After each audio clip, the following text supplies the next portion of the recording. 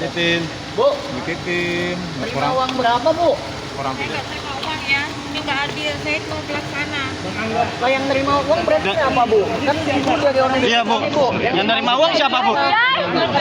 arogan di Jawa Timur dengan teman-teman. Bobi Rizaldi gimana, Bu? Jadi yang Ada nama Bobi Rizaldi nggak, Bu? Orang kepercayaan. Siapa, Bu? Ibu kan pelaksana aja, Bu. Berarti mah Bobi yang nerima, Bu. Ngomong dong. Bobi, Bu. Anda Bobi Rizaldi Jawa Timur. Teror-teror kepala daerah di Jawa Timur gimana? Oh, ini yang suka teror. Ini yang suka neror nih. Bang, Oh, abang Anda teror. yang paling sering teror kepala daerah ya? Oh, ini BPK. Siapa yang ngomong?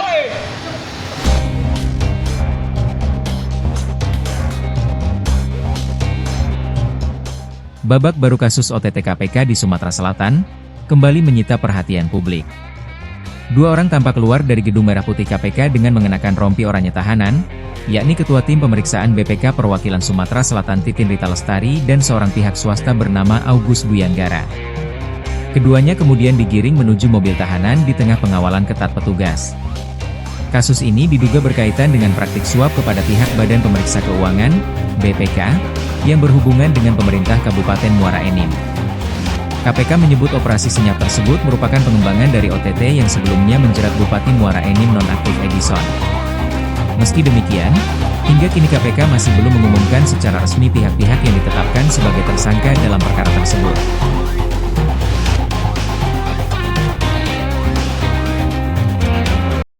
Pemirsa, Yerusalem dalam keadaan siaga. Sirene meraung saat Israel dan Iran saling serang untuk pertama kalinya sejak gencatan senjata.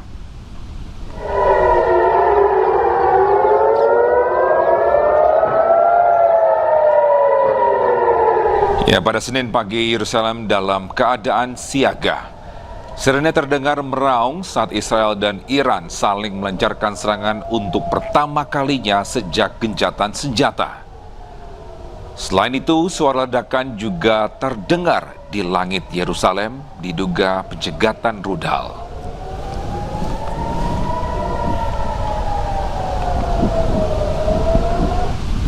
Ya, kembali memanasnya Iran dengan Israel mulai berdampak pada aktivitas sipil dan antrian panjang memadati bandara utama Israel di Tel Aviv setelah sejumlah maskapai membatalkan penerbangan menyusul saling serang rudal yang kembali mengguncang kawasan Timur Tengah.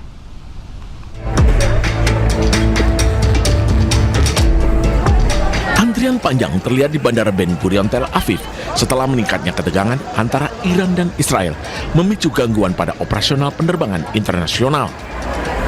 Ratusan penumpang memenuhi area check-in, sementara sejumlah keluarga tampak menyambut kerabat yang baru tiba di tengah situasi keamanan yang tidak menentu. Sejumlah penumpang yang tiba dari Amerika Serikat mengaku mengalami kepanikan selama penerbangan setelah muncul laporan mengenai serangan rudal Iran ke wilayah Israel.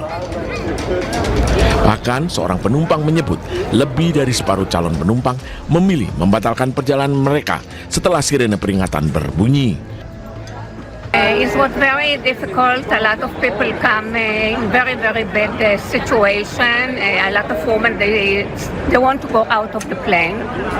So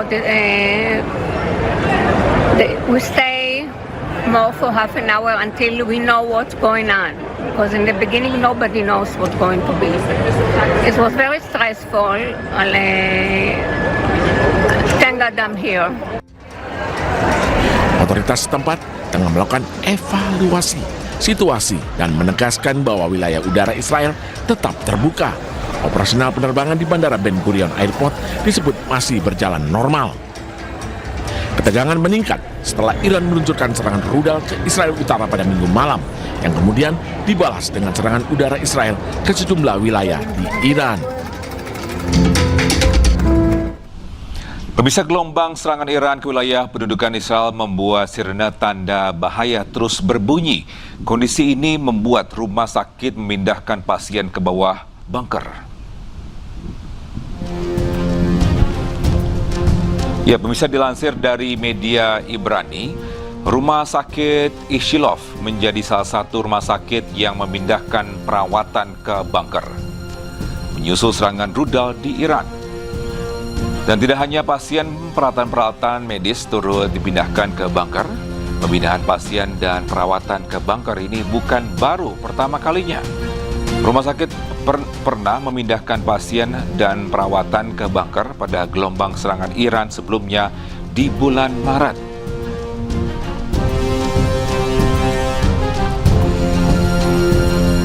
Seratus hari perang, Iran dilaporkan terus tembakan rudal ke Israel. Terbaru rudal dengan tulisan berbunyi "Kalian akan menyesal" diluncurkan ke arah Haifa.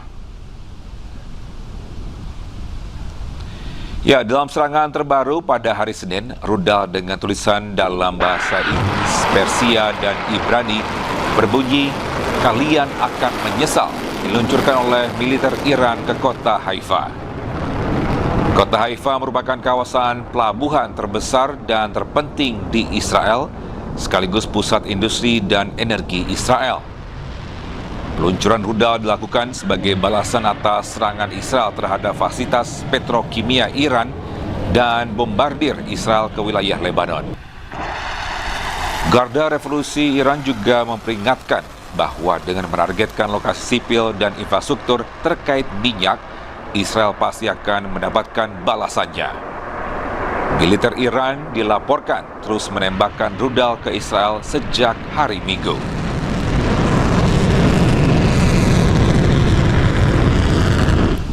Ya, sementara itu Israel mengklaim mampu mencegat dan menghalau sebagian besar rudal yang diluncurkan oleh Iran.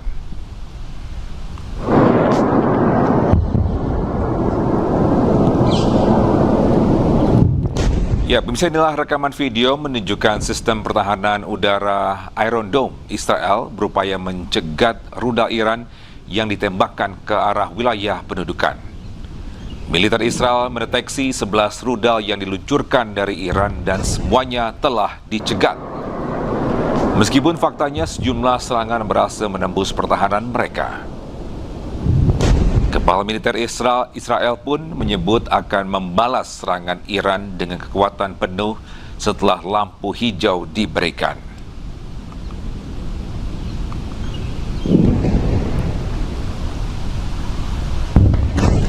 Pusat serangan rudal ke Israel disambut perayaan oleh warga Iran.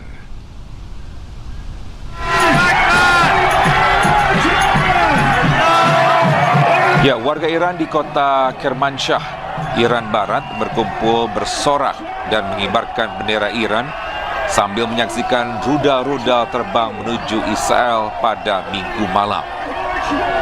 Perayaan di pusat kota terjadi setelah Korps Garda Revolusi Iran atau IRGC mengumumkan serangan rudal terhadap Israel yang diklaim sebagai balasan atas serangan Israel di pinggiran selatan Beirut. Iran dilaporkan terus menembakkan rudal ke Israel sejak hari Minggu.